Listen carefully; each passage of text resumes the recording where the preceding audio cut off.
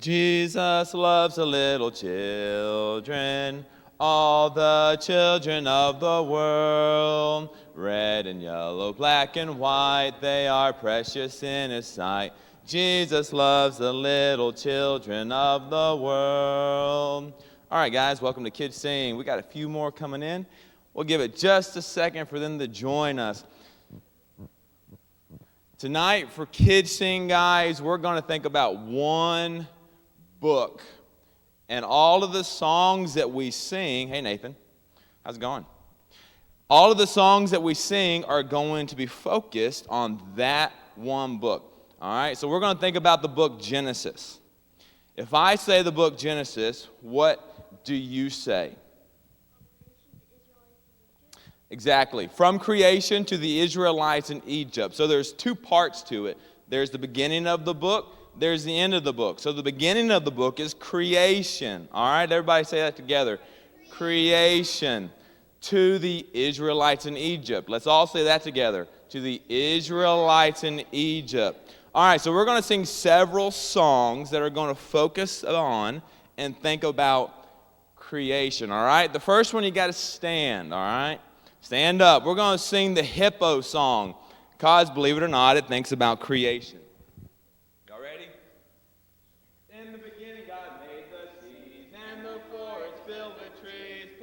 Mountains up so high, at the top He placed the sky.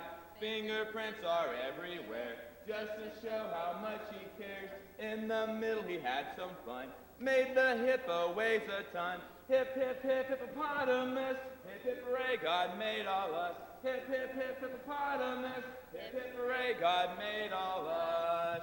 All right, I don't know if it counts if everybody's not doing it. So everybody stand up and let's do it together, all right? Let's do it just a little bit faster. In the beginning, God made the seas and the forest filled with trees, placed the mountains up so high. At the top He placed the sky. Fingerprints are everywhere, just to show how much He cares. In the middle He had some fun, made the hippo weighs a ton. Hip, hip, hip, hippopotamus, hip, hip, hooray, God made all us. Hip, hip, hip, hippopotamus, hip, hip, hooray, God made all us. All right, have a seat. Think about this song because it also thinks about God creating, all right? Fuzzy caterpillar climbing up a tree. He wiggles short, he wiggles long, he wiggles straight at me. I put him in a box. Now don't go away, I said. But when I opened up the box, a butterfly instead. Now I could never make one, not even if I tried. For only God in heaven can make a butterfly. Y'all are singing. Y'all don't know that song, do you? Kristen doesn't know it. Let's sing it again. Fuzzy caterpillar climbing up a tree. He wiggles short, he wiggles long, he wiggles straight at me. I put him in a box. Now don't go away, I said. But when I opened up the box, a butterfly instead. Now I could never make one, not even if I tried. For only God in heaven can make a butterfly. All right, I'm going to cheat on this one so I know all the verses. Blue skies and rainbows and sunbeams from heaven are what I can see. When my Lord is living in me, I know that Jesus is well and alive today. He makes His home in my heart.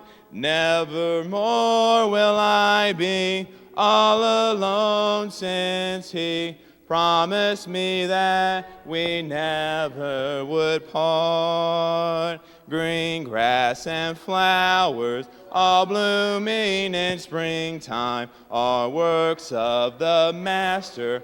I live for each day. I know that Jesus is well and alive today.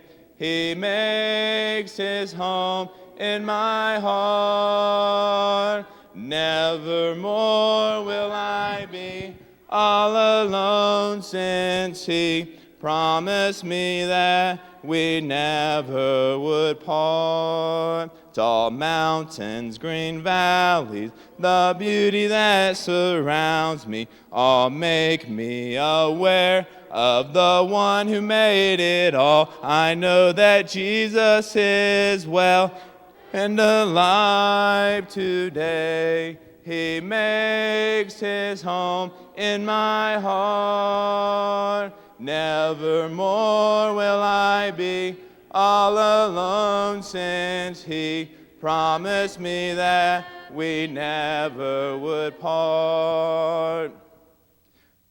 If I say creation to the Israelites in Egypt, you say Genesis.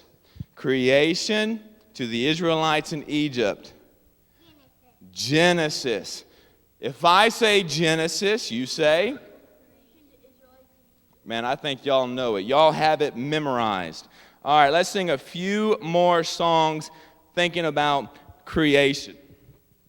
He's got the whole world in his hands. He's got the whole world in his hands. He's got the whole world in his hands. He's got the whole world in his hands. He's got the mothers and the fathers in his hands. He's got the mothers and the fathers in his hands. He's got the mothers and the fathers in his hands. He's got the whole world in his hands. He's got the brothers and the sisters in his hands. He's got the brothers and the sisters in his hands. He's got the brothers and the sisters in his hands. He's got the whole world in his hands. He's got the whole world in his hands. He's got the whole world in his hands. He's got the whole world in his hands. He's got the whole world in his hands. Whew, I'm running out of breath. I woke up this morning with this scratchy voice, and so it's hindering my singing. I don't know where the clicker is because I need it for this next song. All right, we're going to sing a song that is new to me. Might not be new to y'all, but if it is, we're going to learn it together. And parents, I'm going to have it on the screen for you and me.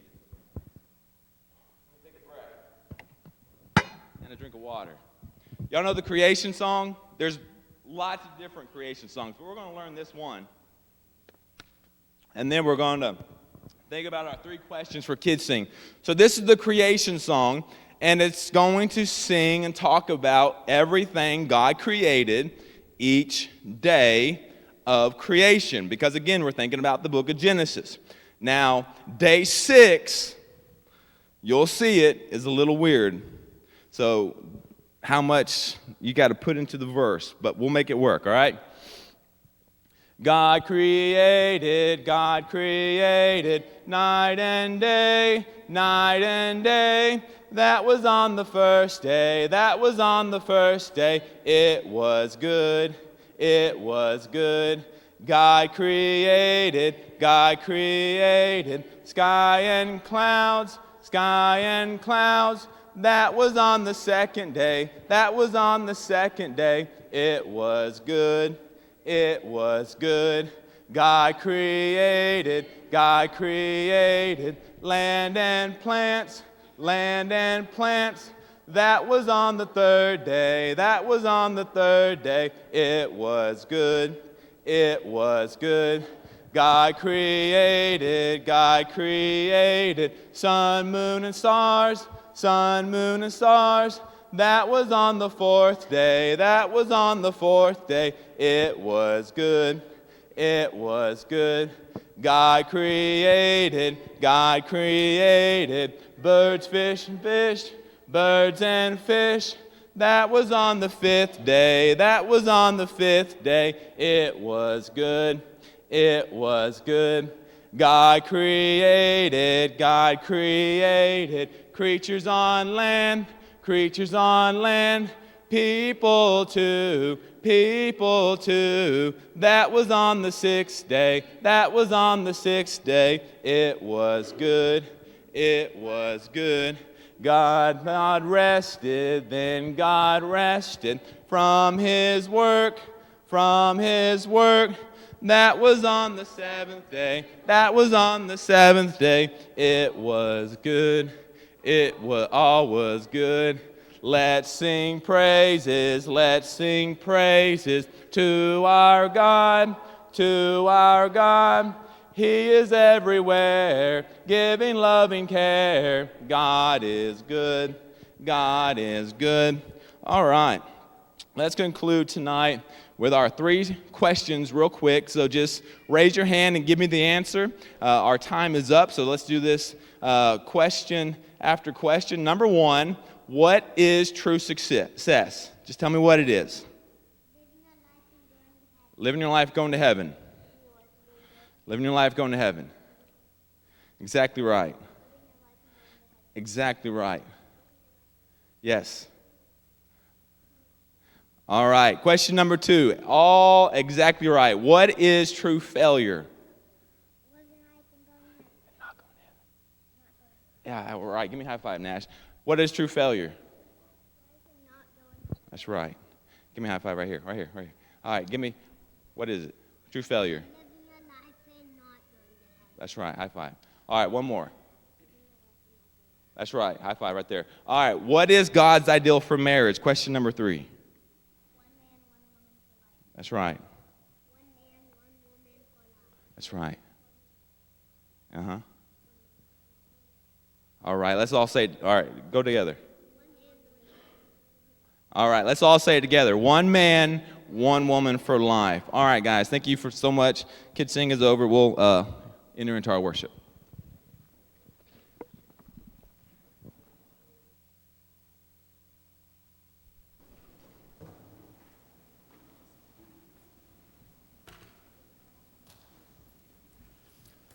Welcome, everyone, to our evening worship service here at the congregation in Fayetteville.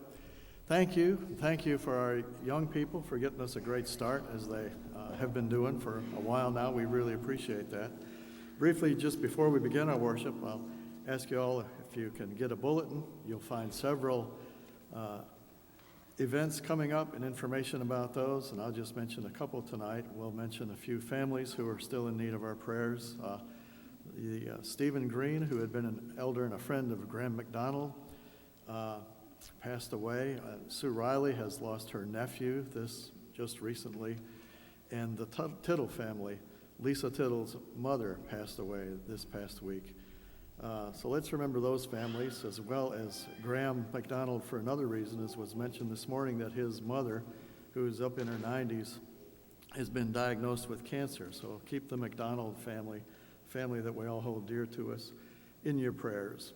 As far as upcoming events, this coming Saturday, there is a get-together to prepare meals for the shut-ins. The bulletin says that Elizabeth Johnson will have more information about that. I believe David Gullidge also has information about that. Sounds like a great event, a great thing for our young people to take part in.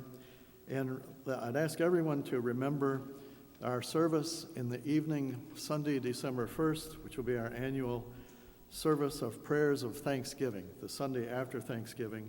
The box is out in the foyer that says give thanks, and what we encourage members and visitors as well. You're welcome to take part in this by doing this. Just put a little note in the box with something or lots of things that you're thankful for. Then that Sunday evening, we'll read those and have several prayers related to all the reasons we ought to be thankful. Those reasons, of course, include the opportunity to get together as we're doing right now and worship. So let us give thanks for that. If you'll bow with me, please. Our Heavenly Father, we do thank you for your word and for people who want to try and live by that. We pray that that group of people will always include ourselves, and that we'll always try and grow in that word and make ourselves stronger and better influences for others. And we pray that the things that take place here this evening will help in that effort. Be with us, we ask in Jesus' name. Amen.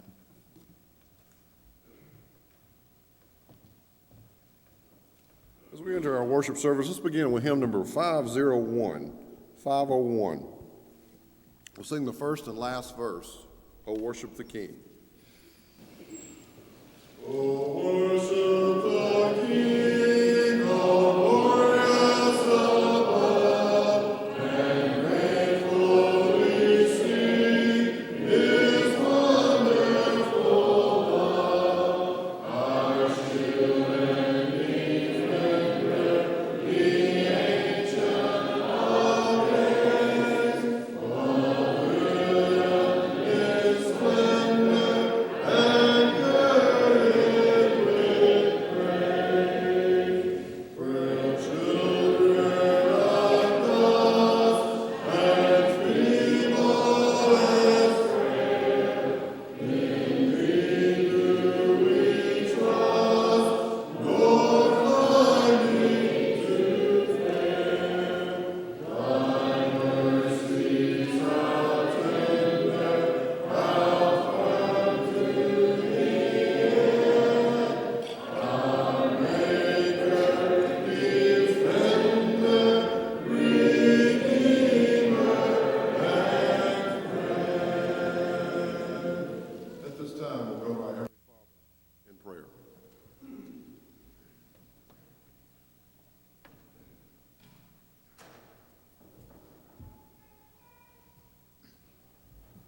Let us pray. Our great and almighty Heavenly Father, we come to you this afternoon thanking you, Father, for so many blessings that you bless us with each day.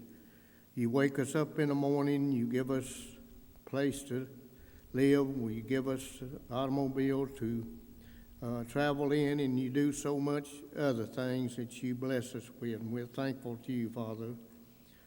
And Father, we thankful that we can come and worship you the first day of the week without any outside interference. And we're thankful to you, Father, that we can do the things that you would have us to do. And we're thankful for the congregation that meets here. We pray that you bless each one. And Father, we pray that you'll help us all to work together to do more for you in this year to come. And Father, we're thankful for our young people that mean so much to this congregation.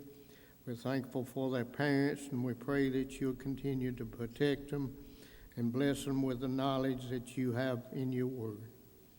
Heavenly Father, we pray for those that's suffering with sickness. We have so many people that's suffering with sickness. Some has cancer, some has other problems. We pray that you'll be with each one, Father, that you might bless each one with a portion of their good health, Father. And Father, we pray for those, Heavenly Father, that's traveling, that they'll have a safe trip and they'll return home safely.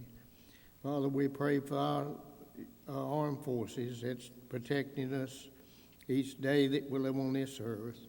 We pray that you might give them the encouragement and also, Father, protection, that they'll be protected while they're away from home, and they soon will be able to go home and be with their folks, Father.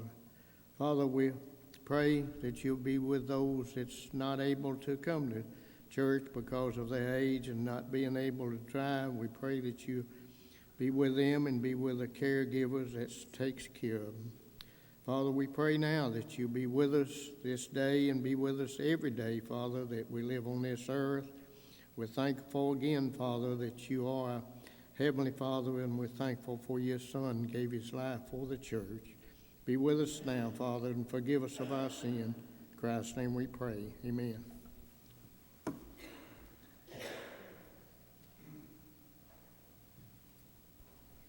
If you are using your hymn books, would you mark at this time hymn number 739?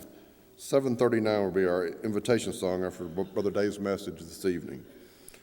739. Now turn over to number 71. Number 71. I got to ask if it's convenient for you, would you please stand with me? 71. Blessed assurance, Jesus is mine. Oh, what a foretaste of glory divine, heir of salvation, purchase of God, born of his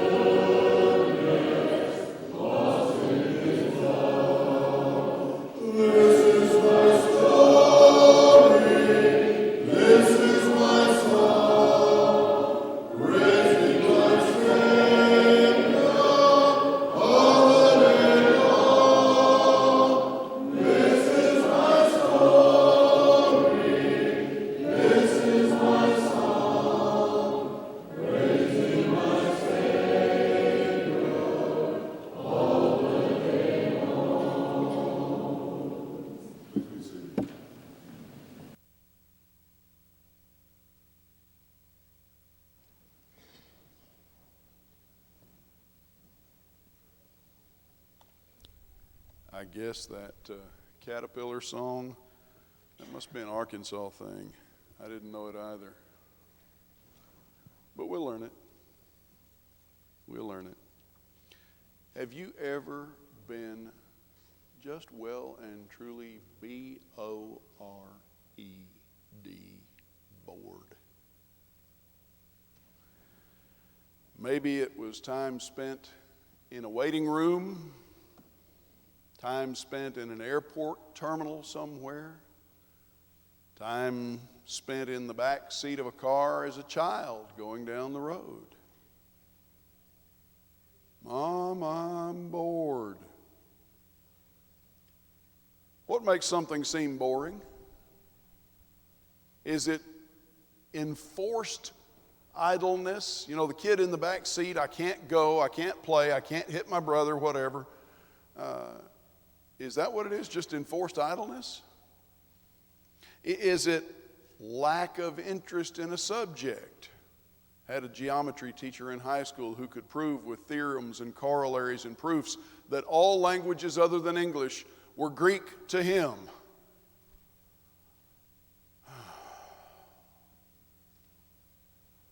It was right after lunch. It didn't help. I read a story one time of a young woman who received a book as a gift, and when she was asked about whether she enjoyed the book, she said, in truth, it was the most boring book I ever tried to read. And then she met the dashing young man who had written it, became acquainted with him, and then went back and tried to read the book again and found it was the most fascinating thing she'd ever picked up. Scholars tell us that boredom is a modern phenomenon, that boredom is not the same thing as apathy, it's not depression, it's something that goes with modern society. Now, when I was a child, it was not uncommon for me to walk into the kitchen or into the living room, wherever my mother was, Mama, I'm bored. And she'd say, go ride your bicycle, which, you know, in retrospect now was akin to saying, go play in the street, because that's where you go to play your ride your bicycle. Dad didn't want me to ride the bicycle on the grass. Kills the grass. So she might as well have said, go play in the street. Or if I didn't want to ride the bicycle, she'd say, you have toys, go play with your toys. Go read a book, son. I'm still bored, Mama. Take out the trash. Oh, we're getting serious here. Mama wasn't sympathetic to boredom. I worked with a man many years ago. He's a grizzled old Navy vet, chain smoker, which made riding in the vehicle with him a burden for me. But Ben Baker's perspective on heaven was, I hope heaven is just like this life, because if all we're going to be doing is sitting around playing harps, it's going to be awful boring. I want to go fishing in heaven. That's what he said. Have you ever thought about why this book tells us about heaven? Tom Waycaster, an older preacher friend who teaches now at Memphis, offered some thoughts and some ideas about boredom and heaven back in August at Polishing the Pulpit in a lesson there. And I'd like to share some of the things that he said and add a few things to what he said based on what the scriptures tell us about heaven. I'd like you to follow along with me. Now, there's not a PowerPoint tonight. I couldn't find a picture of heaven. And I was afraid if I showed you a picture of boredom, you'd all fall out. So there's no PowerPoint. Just take your Bible and follow along. Could you actually be bored if you really appreciate who's in heaven? Think about this for a minute. Who do you expect to see in heaven? Well, in Acts chapter 2, in the very first gospel sermon, what does Peter tell us in verse 33 about who's in heaven? Jesus Christ, our Savior, is at the Father's right hand there. So if we're in heaven, you're going to be where Jesus is, where the Father, you're going to be in the presence of God. Can you be bored in God's presence? I don't know about you, but that's hard for me to imagine. Go back to Mark chapter 12, though, and in verse 25, Jesus tells us something else about heaven that he's not actually talking about heaven. This is just sort of mentioned in passing. He's talking about marriage and so forth, but he says in heaven, the angels don't marry. Angels are in heaven. Who are angels? The Hebrews writer tells us they're God's ministering servants on behalf of his faithful ones. What are they doing for us? I don't know, but when we get there, we get to find out, I suppose. Hebrews chapter 11, starting at verse 2 and continuing really to the end of the chapter. We call this sometimes Heaven's Hall of Fame because of all the patriarchs and great people of old that are mentioned there, Old Testament figures. Hebrews chapter 11, you start at verse 2 and go forward. Guess who else will be in heaven? Have you ever wanted to meet the first murder victim? Abel will be there. What about somebody who never died? Enoch will be there. Somebody, perhaps the greatest sailor who ever lived, Noah, will be there. How about Abraham, the patriarch? Think about all of the individuals that are mentioned, and we won't go through all of them, but all of the other faithful people who will be there. Could you be bored with company like that? Take your hymnal for a minute. Just go ahead and pull the hymnal out of the rack. And think about how many of the songs in that book focus on heaven, focus on those we hope or expect to see there.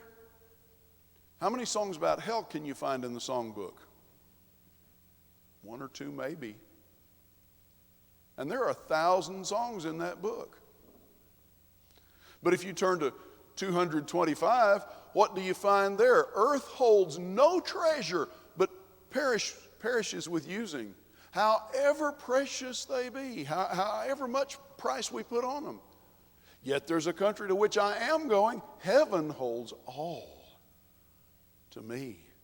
Then go back to the back of the book to 807, and there you find a song. And in our songbook, it doesn't include all of the verses that are available to that song. Precious Memories. We usually think of that really not so much as a worship song, but as a funeral song. But think of it in the context of the verse that's not actually in our books, I discovered. Precious Father, loving Mother.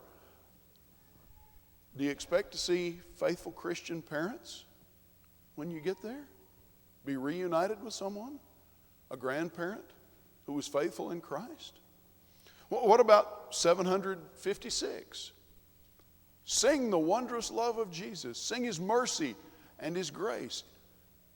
In the mansions, bright and blessed, he'll prepare for us a place. When we all get to heaven, what a day of rejoicing that will be. Well, we know that not everybody's going to get to heaven, but the faithful will. There are many, many, many, many others. Why would we think about things like that? Sing about things like that? Why would someone write words like those? Often based directly here in the Scripture. Just think about who all is there or will be. By the way, that's also why it can be so hard, so emotionally painful to think about those people we love who won't be there because they've not prized, they've not appreciated, they've not loved, they've not followed the Lamb. Could you really be bored, though, if you like and appreciate beautiful things? Think about what Jesus told the disciples in John chapter 14, verses 1 and 2. Don't let your heart be troubled. You believe in God, believe also in me. In my Father's house are many mansions. Some translations say many rooms. If it were not so, if this wasn't the truth, I would have told you, he says. I'll only tell you the truth is really what he's telling us there. Whether the Bible that you read from says there are many mansions there or many rooms there, that's immaterial. That's not the point. The point that he makes is it's a place that the Son of God has prepared for us. Why did Jesus tell his disciples that? I would suggest to you that it was to whet their appetites, to hone our appetites, to make us want to be there. How many of you have been to Disney World? Let me rephrase it. Is there anybody here that hasn't been to Disney World? Living this close? A few people. Okay. Do you want to go? Yeah. Have you seen pictures? Yeah. Have you known anybody that's been there, gone there? Yeah. Does it sound like a fun place to go? You know, the Disney company tells us it's the happiest place on earth. That might be true. I don't know. I know it's not the happiest place that it'll ever be. Heaven's that. If you love beautiful things, could you really be bored in heaven? Jesus told us about heaven to whet our appetites, to make us want to go there. Think also, who prepared heaven? Who made it? Who built it? Who fitted it out? Who beautified it? Who decorated it? You ever thought about that? You know, here we are assembled in a comparatively beautiful building. Nice new carpet, comfortable pews, nice comfortable room. Go outside, it's got that kind of Georgian red brick, big white column southern appearance to it. Well manicured grounds. It's a beautiful place overall, isn't it? Who prepared it? Who decorated it? Who arranged it? Well, we can go through and find the names of all the ones that are responsible for this and this and this and this and this. What about heaven? If you take your Bible and turn to John chapter 1, you read in the beginning, verse 1, in the beginning was the Word, and the Word was with God. The Word was God. The same was in the beginning with God. But then what else do you read down at verse 3? Without Him was not anything made that has been made. Jesus Christ was involved in the creation of this world, this universe. All things were prepared, were made by Him. Did you ever stop to think that all things includes all things? Heaven's made by Jesus for you. For you to appreciate and enjoy as the Father's dwelling place. We read in Mark chapter 6, verse 3, the identity that His own people in Nazareth put on Him. How did they know Jesus? Well, this is the carpenter. What would you give for something made with His hands? You know, Jake, there's a little glass top coffee table in my office in here. That was my granddad's. It's not anything real fancy. But you know, it's kind of special to me because it was my granddad's. What would you give for something made with the hands of Jesus?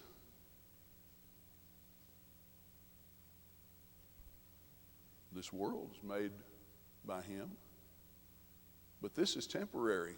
This world is a Dixie cup. I'm sorry, some of you don't know what a Dixie cup is. A red plastic cup that you throw away, a Solo cup.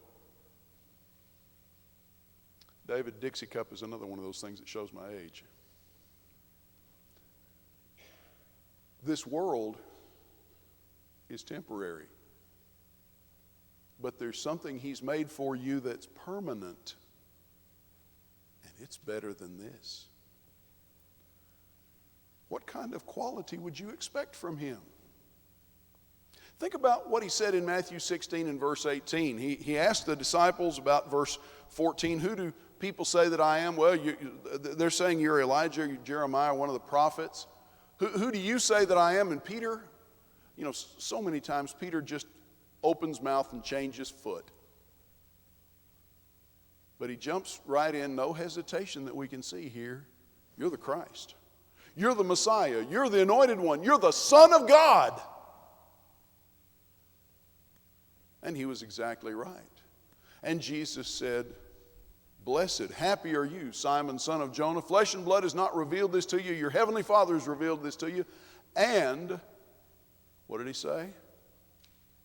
I say unto thee that thou art Peter, and upon this rock, not Peter the small stone, but the rock, the bedrock, the ledge of what he had said, you're the Christ, I will build my church. Think about that for a minute. What Jesus builds is pure and perfect and beautiful. 2 Corinthians chapter 11, verse 2, the Apostle Paul tells us, I am jealous for you, speaking to the Corinthian congregation, I am jealous for you with godly jealousy. I have betrothed, or I have promised you, as it were, to one husband, that I may present you as a chaste virgin to Christ. A beautiful bride, unsullied. Think about what he wrote in Ephesians chapter 5.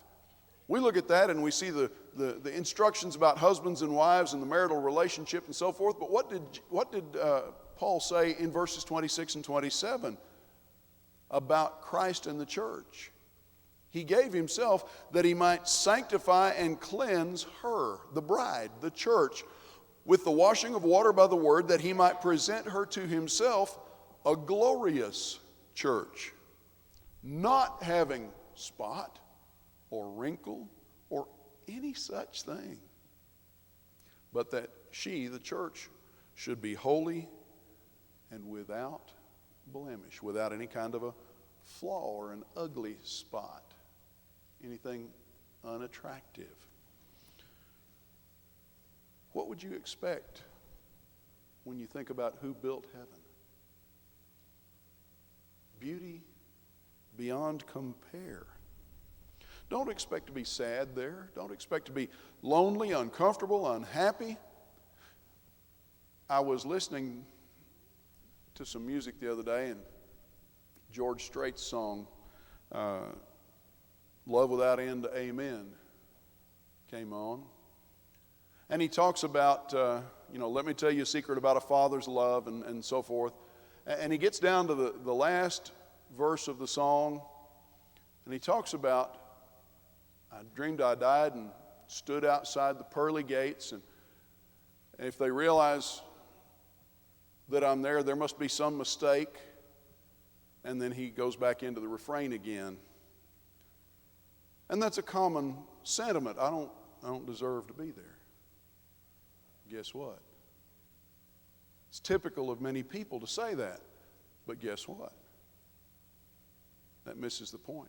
None of us deserve heaven. Do you seriously think that God would invite us there if it was going to be boring? If we were going to be idle? If it would be a miserable existence, how would that not be hell? If it was. According to Revelation chapter 7, verse 17, and again in chapter 21, verse 4, there's no tears, no pain, no mourning, no sorrow, no crying there. God will wipe away every tear. There's no labor there, no getting out and having to work and sweat and be unhappy. Revelation 14, verse 17 says, Blessed are the dead who die in the Lord, for they do rest from their labors, and their works follow after them. That's not to say that we just sit around and twiddle our thumbs all day. It's an endless day, by the way. There's plenty to do, but it's not labor.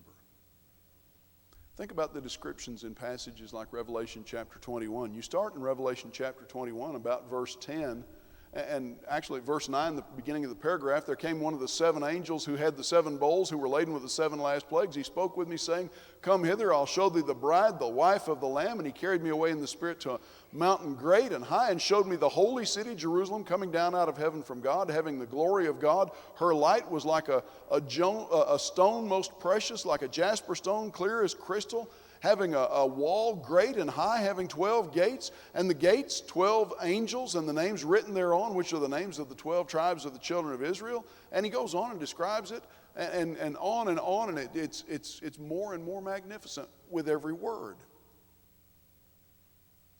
Passages like that are in the Bible to fire your imagination, to ignite your mind.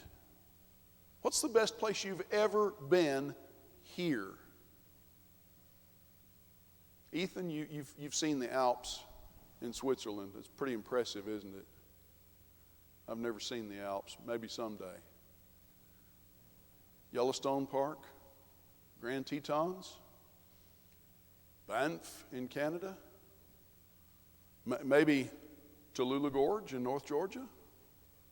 For some of you that I just can't relate to, some beach somewhere. That's my wife. She likes the beach. Heaven's better. It's more beautiful. It's more impressive. There's more to it. Are you a water junkie? You like to go where there's water? Guess what? The river of life is in heaven. Are you more of a tree-hugging kind of person? You like trees? The tree of life is there as well. Are you fascinated by magnificent buildings, gorgeous architecture, things like that? Think about the gates that are described here. Every gate of pearl. I didn't do a PowerPoint because I couldn't find a picture of heaven. Except here. Nothing I could come up with does it justice. Heaven, the presence, the dwelling place of the Father, the Son, the Holy Spirit, all of the holy angels, Matthew 25, verse 31, is open. It's accessible to every person who chooses to go there, to enter there. And it's able to accommodate everyone who will come. Psalm 15, take your Bible and turn to Psalm 15 and just read with me. It's a long, long psalm, 5 whole verses. The psalmist says, Lord, who may abide in your tabernacle? Who may dwell in your holy hill? He who walks uprightly and works righteousness and speaks the truth in his heart. He who does not backbite with his tongue, nor does evil to his neighbor, nor does he take up a reproach against his friend, in whose eyes a vile person is despised, but he honors those who fear the Lord. He who swears to his own hurt and does not change. He who does not put out his money at usury, nor does he take a bribe against the innocent. He who does these things shall never be moved. Christ's design is for us to be that glorious church, that beautiful bride that we read about in Ephesians 5, verse 27, so that we can be with him forever. In the most beautiful place that he can imagine. Surely there's nothing boring in that. You plan to go there? I do. I want to be there.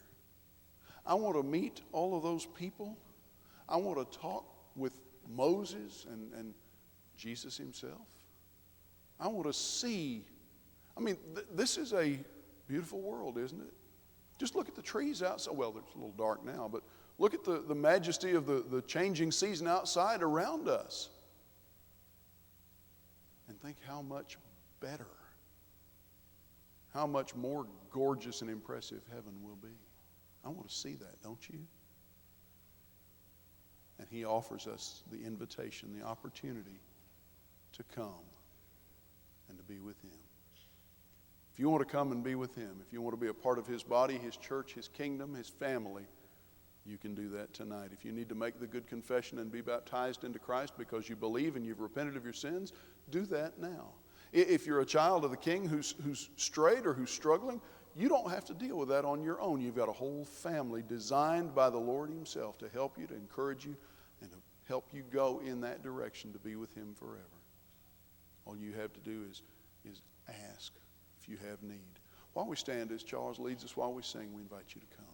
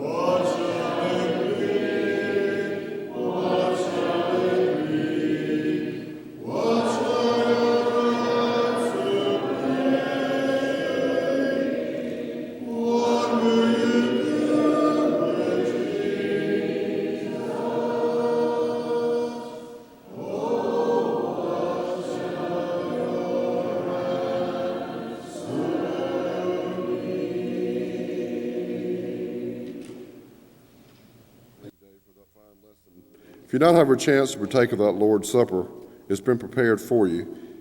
Let's turn to hymn number 784. 784. During the singing of the first verse, if you make your way to the front pews, you'll be served. 784. Why did my Savior come to earth and to the humble world? Why did he choose a lowly birth? Because he loved me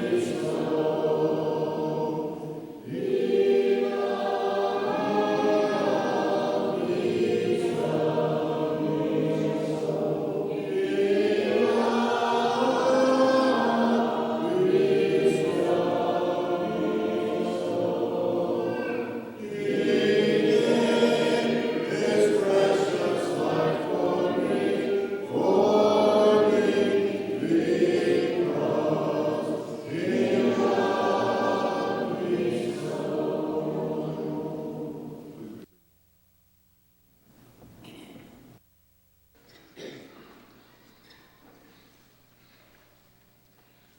Will you bow with me? Most gracious, loving Heavenly Father, we come before your throne of grace at this time to remember that great sacrifice that you made in sending your only begotten Son, the perfect Lamb of God, to lay down his life. As those that partake of this bread, may their minds go back to that cross, to remember the sacrifice that he made in giving of his all on the cruel cross of Calvary. May everything be done in thy will. In Christ's name, amen.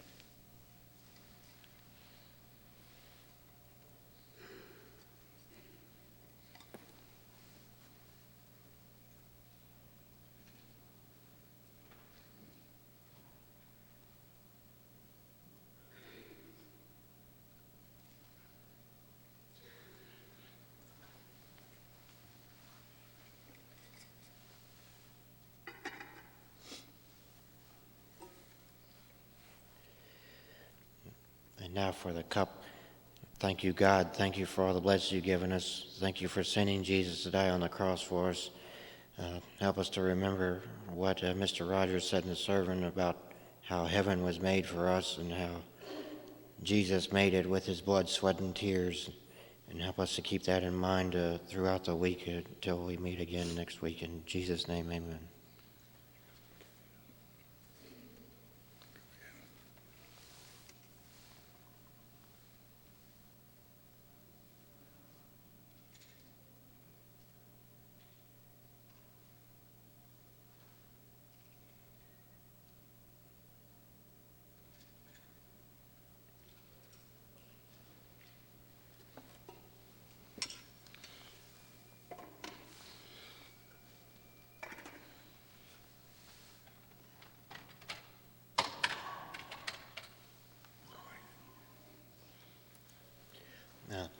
And at this time, whoever is compelled to leave something in the plate, you can do so after the worship service.